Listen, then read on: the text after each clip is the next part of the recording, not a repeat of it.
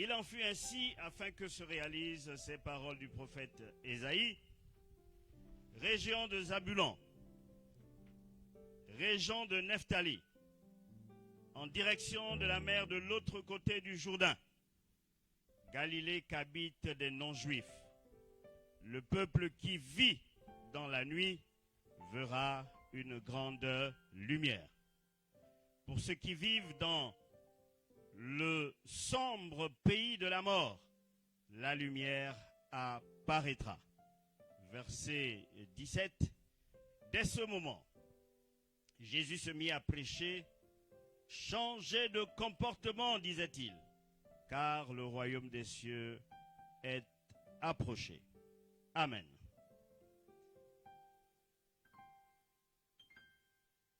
Vous ne m'avez pas vu hier parce que sorti de ma maison autour de 5 heures, je ne suis rentré qu'à 23 heures.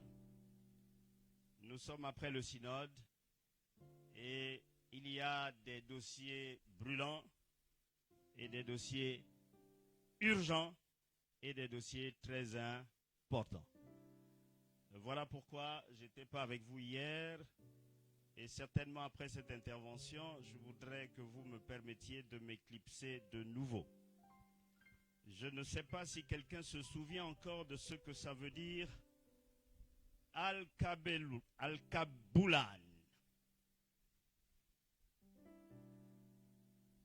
Al-Kaboulan. Ou mère. Il s'agit de qui là?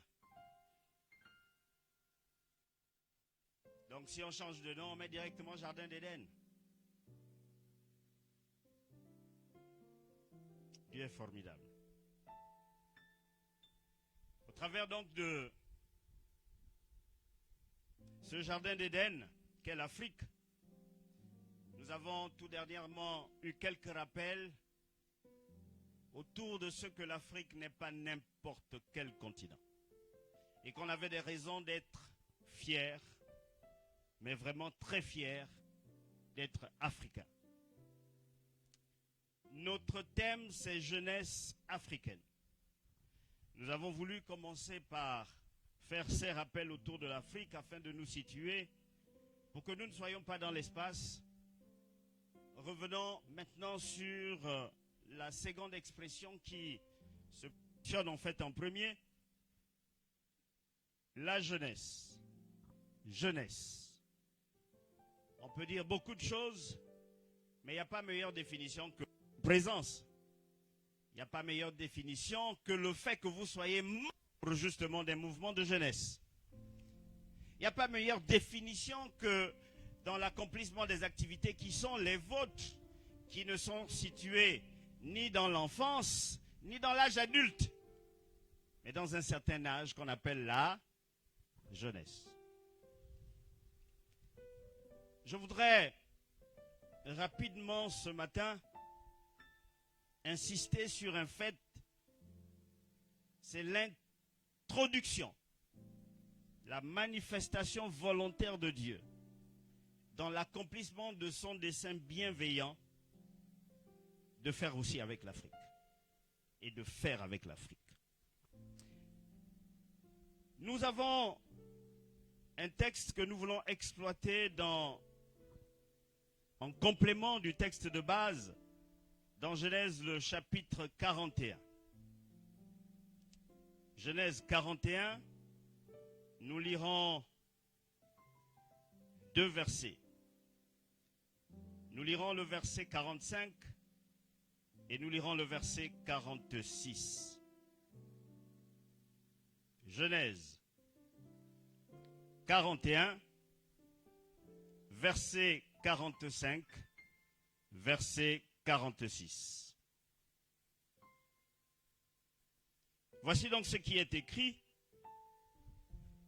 Enfin, il donna à Joseph le nom égyptien de Saphnath Panéa, et il lui accorda comme femme Asnath, fille du prêtre Potiphéra, de la ville d'On.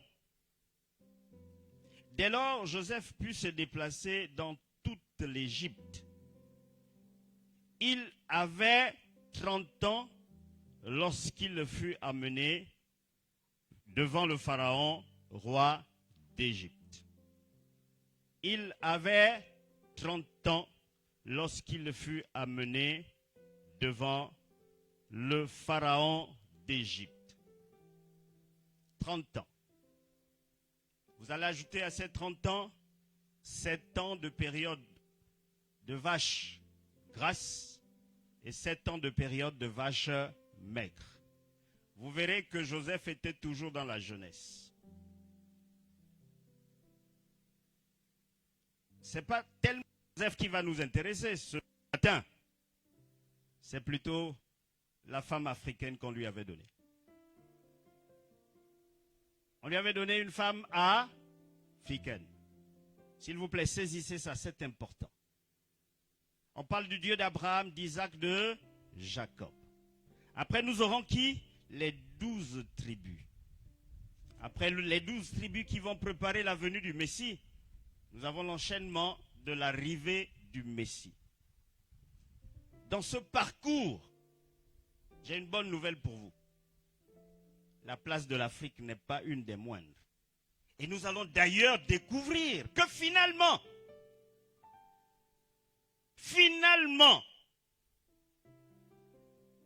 nous ne sommes pas seulement juifs d'adoption, nous sommes aussi juifs de sang. Nous allons le voir tout à l'heure.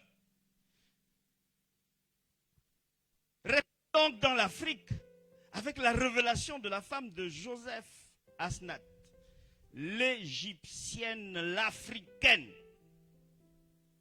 Oui, un accent est souvent mis sur la personne de Joseph. Mais ici, c'est aussi l'Afrique qui est davantage révélée. En effet, dans sa souveraineté, Dieu a déroulé son plan pour l'Afrique, mais en restant dans sa ligne éditoriale du rôle que doit jouer la femme. Et ceux qui sont des théologiens savent que dans Genèse chapitre 3, le verset 14, le verset 15, il y a là le résumé ou la première prophétie autour de l'évangile. Ils appellent ça le proto-évangile. Quand Dieu déclare au serpent que la descendance de la femme t'écrasera la tête. La femme! Est-ce qu'il y a une femme ici? Elles ne disent même pas amen. La descendance de la femme. Oui, Joseph a eu des rêves. Oui, Joseph était choisi. Oui, Joseph était oint. Joseph était quelqu'un de particulier. Mais Joseph n'aurait rien fait sans la femme. Non, vous n'avez pas compris. Comme Adam était malheureux, passez-moi l'expression, Dieu dit, je vais lui faire une aide semblable. Et est-ce qu'il y a des femmes ici? Quand on va dans l'histoire, plus devant, nous sommes dans les évangiles. Dieu choisit qui? Une femme pour devenir mère porteuse, Marie. Vous savez, on a toujours cité tout ce monde-là, mais il y a ici, on peut citer d'autres femmes africaines, mais il y a ici une femme qui rentre dans le plan de la rédemption. C'est une africaine. Et une jeune. Si Joseph avait 30 ans, imaginez donc son âge. Je vous envoie faire des recherches. Intéressez-vous à cette africaine qui nous a donné de rentrer dans la lignée messianique.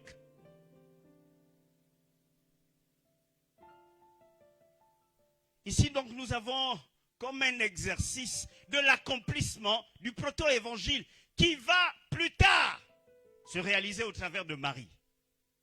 L'entrée en matière de la femme.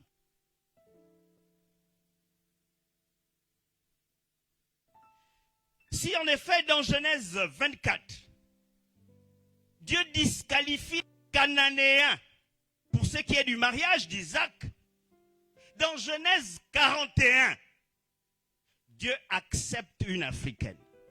Et de plus, c'était la fille d'un prêtre. Vous connaissez l'histoire du mariage d'Isaac?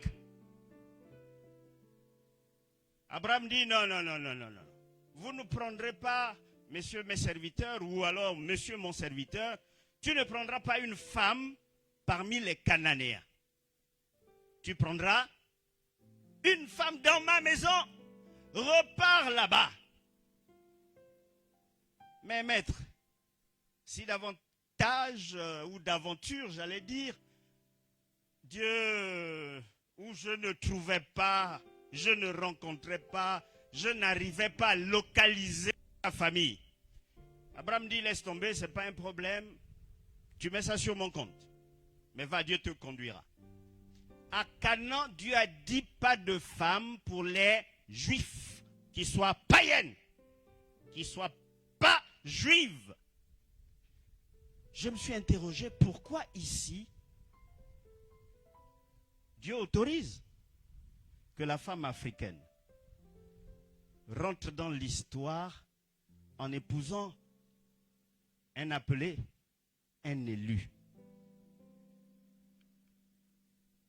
Je vous assure, ce sont des questions auxquelles je n'ai pas de réponse exhaustive. Mais quand j'essaie de lire, je me rends compte que Dieu est souverain. Il est souverain. Et parce qu'il est souverain, ici, j'ai envie de déclarer sur toi qu'il ne te choisit pas parce que tu mérites quoi que ce soit. Il te choisit et il te positionne. Jeune femme africaine, toi la moindre de toutes, pour une grande destinée. Dieu te choisit et te positionne. Jeune sœur, peut-être tu es élève, mais tu es africaine pour un grand destin. Dieu te choisit et te positionne. Jeune étudiant, jeune étudiante africain, africaine, pour une grande destinée. Dans sa souveraineté, Dieu te choisit et te positionne. Professionnel, africain, tu n'as pas de raison d'être complexé. Parce que Dieu a une grande destinée pour toi. Dieu te choisit et te positionne, jeune entrepreneur africain, pour une grande destinée. Dieu te choisit et te positionne, jeune politicien, n'hésite pas. Les voies de Dieu sont stables pour une grande vie politique. Dieu te choisit et te positionne, jeune agriculteur, jeune berger. Peut-être que tu te négliges, mais Dieu a choisi cette africaine. Et Dieu donc te choisit aussi pour accomplir quelque chose de grand. Dieu te choisit et te positionne, jeune serviteur de Dieu, révérend, ministre du culte. Comme il a choisi cette Égyptienne. Pour que toi aussi tu entres dans la destinée pour laquelle Dieu te renouvelle chaque jour la vie. Quand Dieu t'a appelé et quand il t'a prédestiné, ce que j'ai retenu dans cette histoire, alléluia,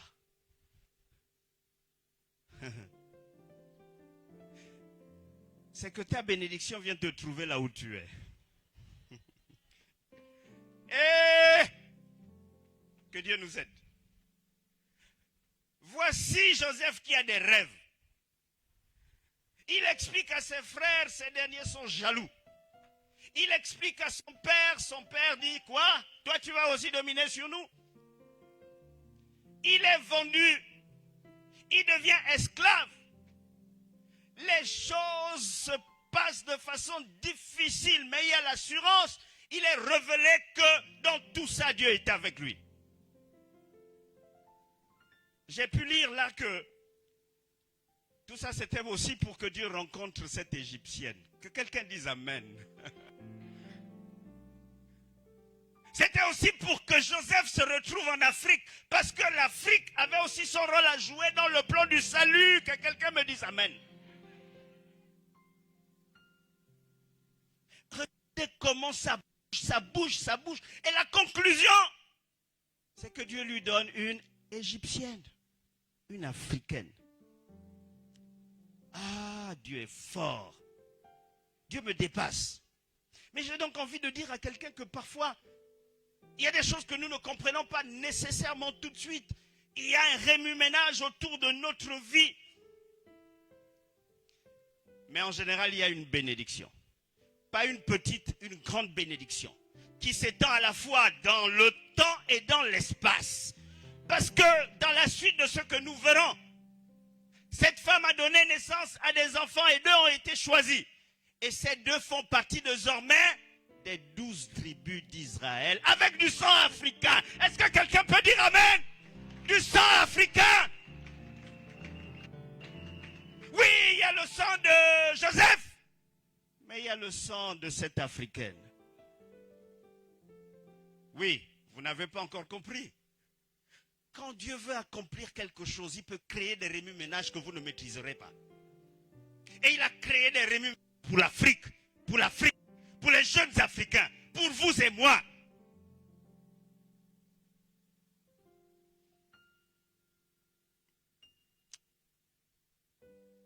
Frères et sœurs,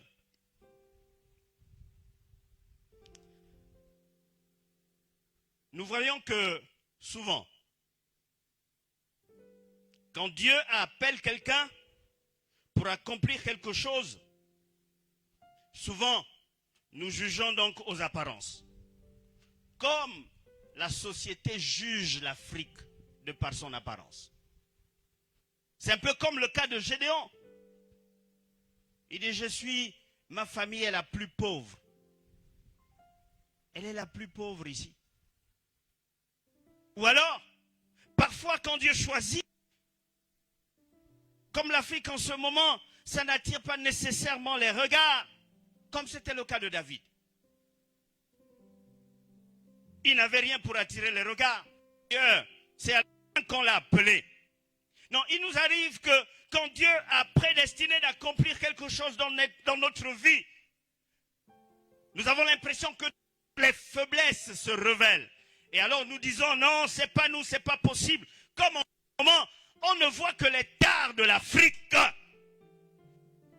Mais Paul a réalisé des choses extraordinaires. Et Dieu lui a dit, ma grâce te suffit. J'ai envie de dire à un jeune Africain que la grâce de Dieu nous suffit. J'ai envie de dire une jeune Africaine que la grâce de Dieu nous suffit. La connexion avec Jésus nous donne de l'espérance pour l'Afrique. C'est pourquoi, jeune Africain, éveille par ton réveil. Éveille par ton réveil. Je voudrais donc appuyer cela pour que vous ne soyez pas dans l'espace avec 1 ou 2 témoignages. Le premier, c'est un peu comme le témoignage de Joseph. C'est le témoignage de bon mariage. J'ai cherché, et j'ai encore cherché. J'avais trouvé 1, 2, mais comme je témoigne souvent, j'avais pas d'avenir, selon les hommes, parce que j'allais devenir pasteur. Et donc, parfois, la sœur te dit oui, mais les parents disent, pas lui. J'ai envie de dire à un parent ici que ne jugez pas l'avenir de quelqu'un sur le présent. Il y a un Dieu qui est dans le passé, dans le présent et qui est dans l'avenir. Et donc, je vais être affecté à Nzengayon pour les Gabonais. C'est un des quartiers donc de Libreville. Nous sommes en 2000. Et puis, je rejoins mon lieu d'affectation en septembre. Octobre, novembre, décembre, le Bureau national me rappelle pour dire on doit te redéployer à l'intérieur du pays pour telle raison. Je dis, il n'y a pas de souci. Et je vais cette fois-ci dans le Haut-Togoué, du côté de Maboukou, comme pasteur adjoint, où on ne m'attendait pas. Parce que vous imaginez, si on vous réaffecte en décembre, c'est que l'église ne s'est pas préparée. Donc, ce n'était pas nécessairement facile, parce que c'est quand j'arrivais, quand je cherchais une chambre où me loger, etc., etc. Et puis, je fais finalement 3 ans là à Franceville. Et dans l'encadrement de la jeunesse, il y a de la richesse dans la jeunesse. Et ah oui! Dans l'encadrement de la jeunesse. Suivez, suivez, suivez. Celle qui est devenue ma femme pour des raisons de distance priait dans une église proche, donc l'église de Béthanie, parce que le taxi de là où elle habitait pour Franceville, pour Maboukou, ça coûtait et elle était encore au secondaire. Et donc je lance un mouvement au niveau de la jeunesse. Je m'étais engagé donc à payer les frais de scolarité de celui qui me ramènerait 17 de moyenne, 18 de moyenne. Et à payer le taxi et les fournitures à ceux qui étaient en dessous. Et 2 de mes fils spirituels que j'accompagnais me disent, on connaît une jeune qui est dans notre classe, elle va remporter des prix. J'ai dit, je voudrais bien la rencontrer. Vous me suivez? Et puis finalement, elle arrive, une bonne altogovienne avec une taille présidentielle. Faut pas lui dire ça. Faut pas lui dire ça, hein? Bon.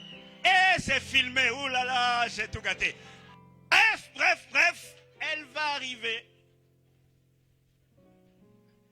Et effectivement, elle a remporté.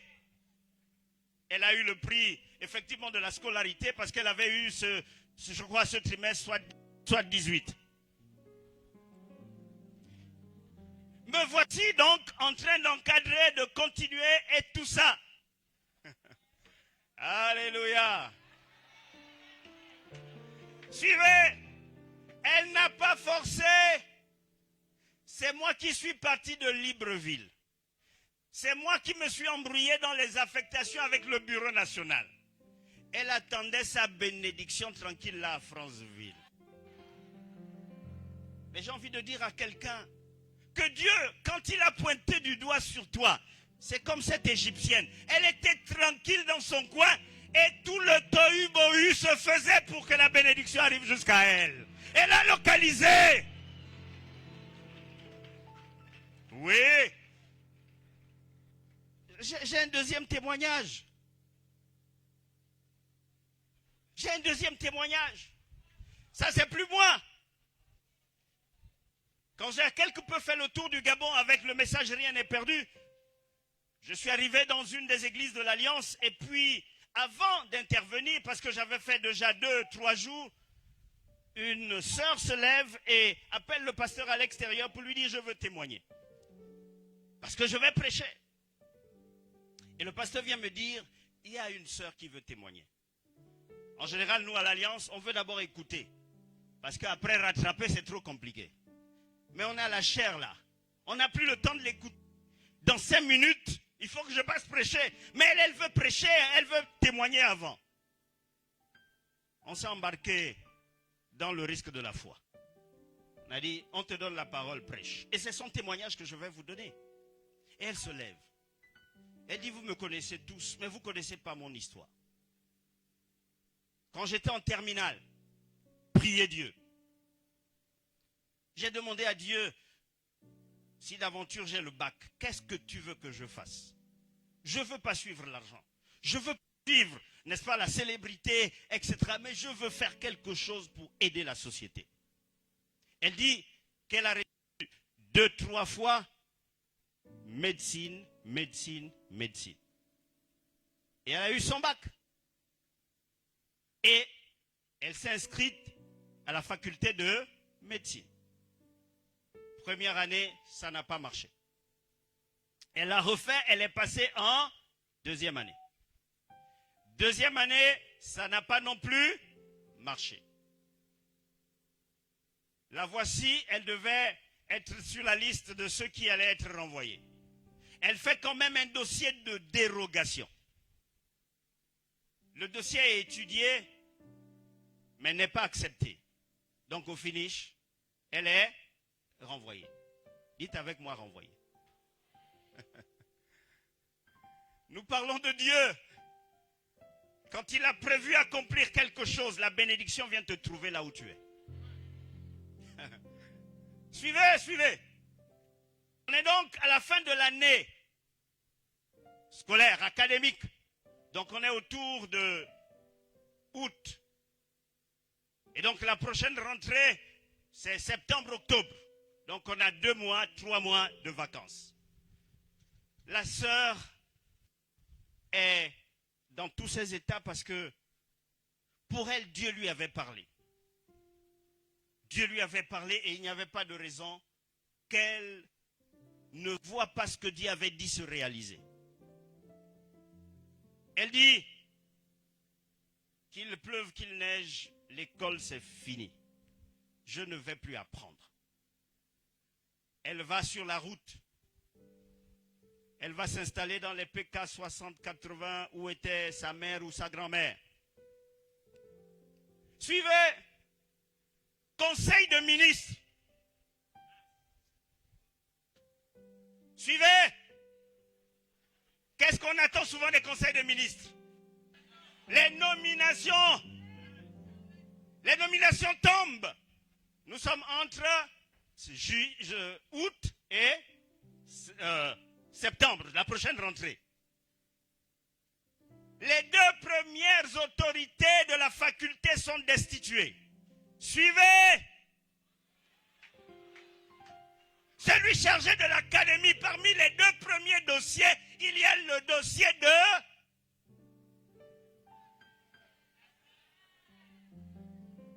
Les dossiers de dérogation. Il reprend les dossiers de dérogation. Il sort une liste additive. Dans la liste additive, avant la rentrée prochaine, il dit le nom de cette sœur. On va lui dire, Chimène, la bénédiction va la trouver là-bas, au village. Chimène, Chimène. On n'a jamais vu ça à la faculté de médecine. Il y a une liste des dérogataires additifs qui est sortie. Et ça n'a jamais existé. Mais vous savez que quand Dieu fait des choses extraordinaires, il nous arrive à nous tous. Ne même pas croire. On vient nous dire, on dit non, non, c'est pas possible. Ça ne peut pas arriver. Mais c'était vrai. Finalement, elle arrive. Mais quand elle arrive, elle a de l'hésitation. Parce que c'était jamais arrivé. Elle guette. Elle voit la liste. Son nom était bel et bien là. Voici ce que j'ai compris. Ah, il y a un Dieu qui existe. Je vous dis, quand il défend votre cause, même un conseil de ministre, il le convoque. Même un président de la République, il le destitue. S'il y a un ennemi, il peut le tuer. Je vous dis, quand Dieu soutient votre cause, ça explique pourquoi. Comment il s'appelle? Joseph a été troublé pour aller trouver cette Africaine. Mais est-ce qu'il y a un Africain ici qui est éveillé? Est-ce que tu cernes que Dieu a tout fait pour que toi et moi nous nous retrouvons dans le plan de Dieu? Suivez. Je voudrais terminer avec ce témoignage.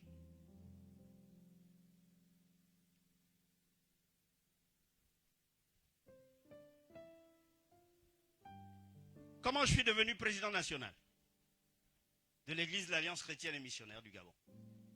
Ça, c'est, je crois, la 3e fois qu'on me propose président. La 3e fois. Parce que je me suis cabré un peu comme David. Non, non, ça ne peut pas être moi, c'est pas possible. Parce que je n'ai pas ça, je n'ai pas ci, je n'ai pas ça. Suivez-moi. Nous parlons de Dieu. Nous parlons de l'Afrique. Nous parlons du plan de Dieu. Nous parlons de l'éveil et du réveil. Nous reconnaissons que derrière ce qui s'est passé dans la vie de Joseph, il y avait la main de Dieu. S'il vous plaît, quand il y a la main de Dieu, vos capacités ou vos manquements ne veulent rien dire devant Dieu. Vous me suivez? C'est pourquoi nous avons besoin d'un éveil. On a besoin de se dire, avec Dieu, tout est possible. Et après avoir dit ça, faire le premier pas dans le Jourdain, de manière à ce que l'eau s'écarte. C'est comme ça que, la première fois, j'ai dit non, c'est pas possible. Il y a plus qualifié, il y a des docteurs, il y a. J'ai désisté. Deuxième fois, il y avait en face un père quand même. Je me suis imposé un concept, je crois, spirituel. La bénédiction se donne, elle ne s'arrache pas. La bénédiction se transmet. Je pensais que, bon, fort de tout ça, j'étais à l'abri. Mais c'est venu me trouver là où j'étais. Parce qu'on est simplement venu me dire que ton nom est là-bas. Mon nom, oui. J'ai dit, c'est pas grave, je sais qu'on va me battre. Mais au finish, je ne me retrouve pas là parce qu'il y a eu campagne, parce que chez nous on ne fait pas de campagne. Mais je suis là parce que je crois que Dieu a décidé que c'est son temps pour que quelque chose se passe. Je n'ai pas envie de dire tout de suite pour l'Église, mais d'abord pour vous la jeunesse. Parce que je commence mon mandat en prêchant un message prophétique. Autour de la jeunesse et autour de l'Afrique. Autour de la jeunesse et autour de l'Afrique. Si tu ne cernes pas, j'ai envie de dire la grâce et la bénédiction qu'il y a derrière, c'est ton affaire. Je suis allé à une bénédiction d'un mariage. Et puis une sœur de me rappeler, ah pasteur, tes paroles là parfois, tu te souviens quand tu étais à VA, tu as organisé les personnels des corps ensemble. Et puis tu as déclaré, c'est vous qui allez diriger le pays. Appliquez-vous à être intègre, à faire ceci, à faire cela. Même moi-même, j'avais oublié. Vous me comprenez? Mais elle me rappelle ça parce qu'au finish, à la suite de ça, le 30 août, il s'est passé ce qui s'est passé. Et finalement, ce sont les militaires qui ont pris le pouvoir et qui sont encore en train de diriger le pays. Je déclare vraiment sur quelqu'un l'éveil spirituel. Au nom de Jésus, que cet éveil t'emmène à la dimension où ton intégration dans la société sera liée au nom de Jésus. Je termine. Frères et sœurs, si pour Esther, il y avait un appel à la candidature pour devenir reine, n'est-ce pas? Pour l'Africaine Asnat, il n'y avait pas d'appel à la candidature. Donc pour toi, il n'y a pas d'appel à la candidature. Pour toi, il n'y a pas d'appel à la candidature.